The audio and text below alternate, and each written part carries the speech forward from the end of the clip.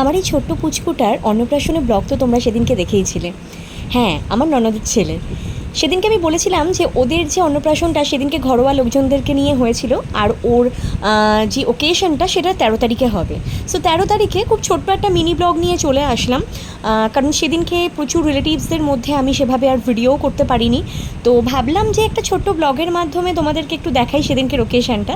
So এটা হচ্ছে খুশালিটা basically একটা ব্যাঙ্কোয়েট। এটা সেন্ট্রাল জেলের একটু আগে, মানে দমদম ক্যান্টনমেন্ট সেন্ট্রাল জেল যেটা পড়ে সেই সেন্ট্রাল জেলের একটু আগে যশোর রোডের ওপরে, বেসিক্যালি ইমামি হেলথ সিটি যে কমপ্লেক্সটা রয়েছে তার একদম উল্টো দিকে রাজা প্যালেসের পাশে। সো এই খুশহালিটা ওরা বুক করেছিল, এখানটাতেই ওর অনুষ্ঠানটা হয়েছিল। সো আমরা সন্ধেবেলা এসছিলাম, তো আসার পরে প্রচুর রিলেটিভরা এসেছিলো। যখন আমরা এসছি তখন ওর অলরেডি একটু ফটো সেশন হচ্ছিলো। এই যে ভেতরে এন্ট্রান্সটা এত সুন্দর সাজানো হয়েছিল, বেসিক্যালি এত সুন্দর লাগছিল জিনিসটা দেখতে, তাই আমি ভাবলাম যে তোমাদের সাথেও একটু ছোট্ট একটা মিনি ব্লগের মাধ্যমে শেয়ার করি। সো খুশালি ব্যাঙ্কোয়েটটা সত্যি খুব সুন্দর। এর আগে আমি একবারই এসেছিলাম, আমার এক ফ্রেন্ডের বিয়ে ছিল এখানটাতে। সো এটা হচ্ছে ভেতরে ঢুকতে ঢুকতে আমি ভিডিওগুলো করছিলাম, আর এত রিলেটিভ এদিক ওদিক থেকে কথা বলছিল যে ঠিক করে আমি ক্যামেরাটা হোল্ডও করতে পারছিলাম না।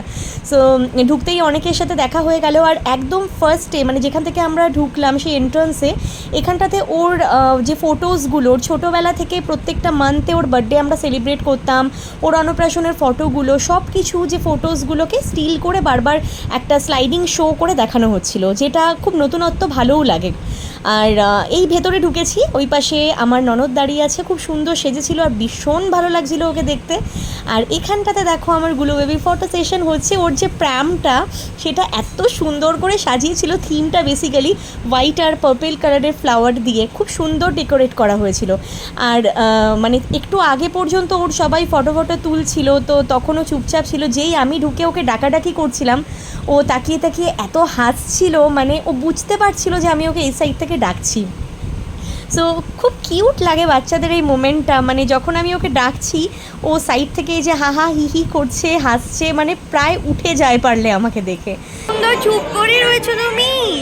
হ্যাঁ হ্যাঁ, বাবা চেনা চেনা লাগছে, এবার চেনা চেনা লাগছে। হ্যাঁ হ্যাঁ হ্যাঁ,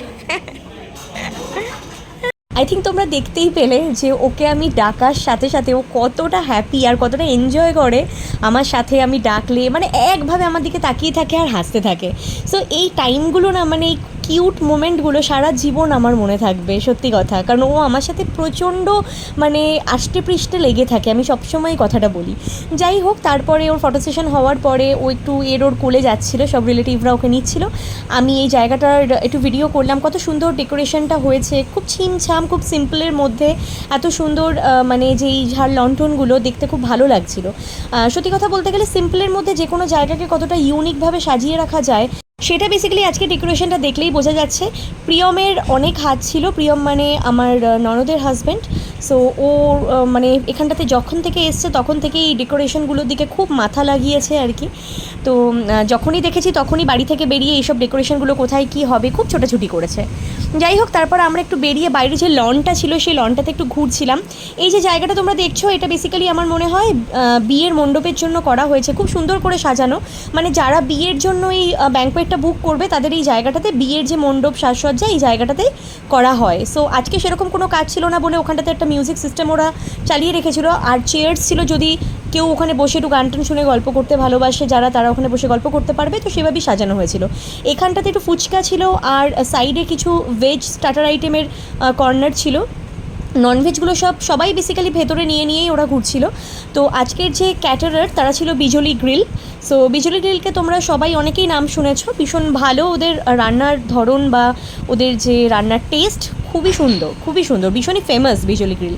তারপরে আমরা যাই হোক অনেক ঘোরাঘুরি করে খাওয়া দাওয়া টুকটাক স্টার্টার ফাটার খেয়ে ফটো সেশন করে ওপরে চলে এসেছিলাম। সেদিনকে যদিও আমি খুব একটা বেশি ফটো তুলতে পারিনি, যাই হোক অনেক রিলেটিভ ছিল, কথা বলতে বলতে সময় কেটে গেছে। তো আমি ওপর থেকেও একটু ভিডিও নিচ্ছিলাম আর কি। সো তারপরে ওপরে এসে টুকটাক খাওয়া দাওয়া। সো এখানটাতে 2 রকমের স্যালাডের আইটেম করা হয়েছিল, 3 রকমের স্যালাড। তারপরে এখানটাতে চিকেন পরাঠা হয়েছিল, তারপরে এটা ছিল কালি দাল মাখনি, তারপরে যেটা হয়েছিল একটা কন্টিনেন্টাল ডিশ, আচ্ছা মশালা আলুর দম হয়েছিল। একটা কন্টিনেন্টাল ডিশ হয়েছিল যেটা ছিল হচ্ছে ফিশ ফ্লোরেন্টাইন, যেটা ভীষণ আমার পছন্দের ডিশ। মোকাম্বোতে ফিশ ফ্লোরেন্টাইনের নাম যারা যারা মোকাম্বোতে গেছো তারা প্রত্যেকেই করবে আমি জানি। তারপরে হয়েছিল বিরিয়ানি, চিকেন চাপ, এটা ছিল লবস্টার ফ্রাই, মানে ওই চিংড়ির যে বড় বড় পিসগুলো সেগুলোকে ওরা ফ্রাই করেছিল।